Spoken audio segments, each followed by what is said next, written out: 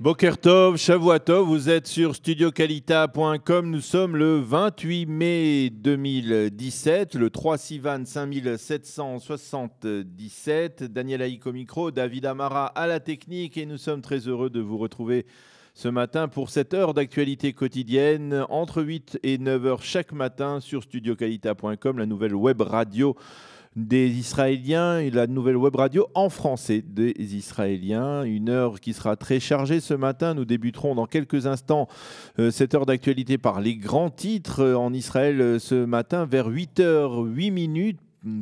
Plus ou moins, on va dire. Nous recevrons notre invité de la rédaction.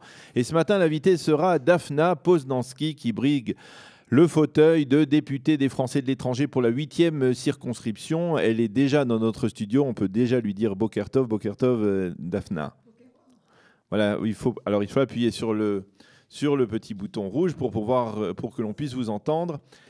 Voilà, Boker Tov. Et nous allons reparler ensemble longuement dans quelques instants après les titres de l'actualité en Israël ce matin. Ce matin, également pas de chronique d'Eliana Gurfinkel, mais nous débuterons la revue de la presse vers 8h35 et nous accueillerons probablement aussi Marc Eisenberg qui viendra participer à cette revue de la presse.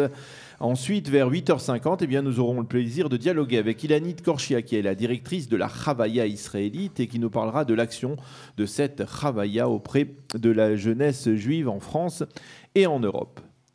Mais comme nous vous l'avons promis, en attendant, voici donc les titres de l'actualité en Israël ce matin. La grève de la faim des détenus palestiniens est terminée. L'on peut affirmer qu'elle se termine en queue de poisson, sans de véritables acquis pour les détenus palestiniens. En effet, après 40 jours de grève, l'administration pénitentiaire a annoncé qu'elle avait décidé d'accorder aux détenus 2 visites familiales par mois au lieu d'une seule. C'est tout, rien de plus. Elle a repoussé formellement toutes les autres revendications des grévistes.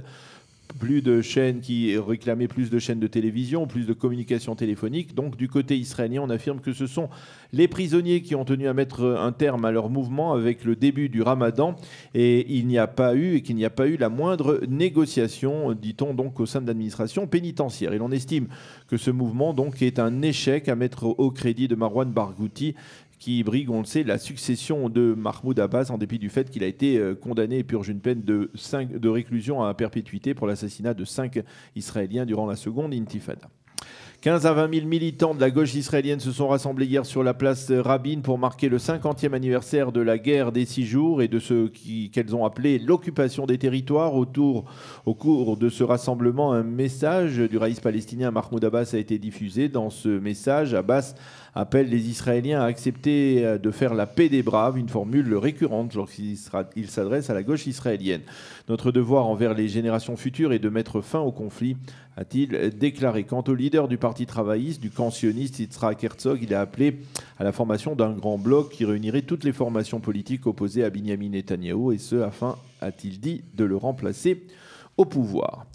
Le nouveau ministre des Communications, c'est une information diffusée en exclusivité ce matin sur Reshet Bet. Le nouveau ministre des Communications sera l'actuel ministre sans portefeuille Ayoub Kara, qui est le représentant de la communauté druze au sein du gouvernement israélien. Yoav Krakowski, le spécialiste politique de la chaîne, a expliqué ce matin que Binyamin Netanyahou souhaitait à ce poste délicat un fidèle parmi les fidèles prêt à mener la politique du Premier ministre et à prendre des décisions peu populaires en matière de télécommunications. Et Ayoub Kara aurait donc accepté de se retrouver à ce poste en sachant qu'il sera donc sous les ordres du Premier ministre.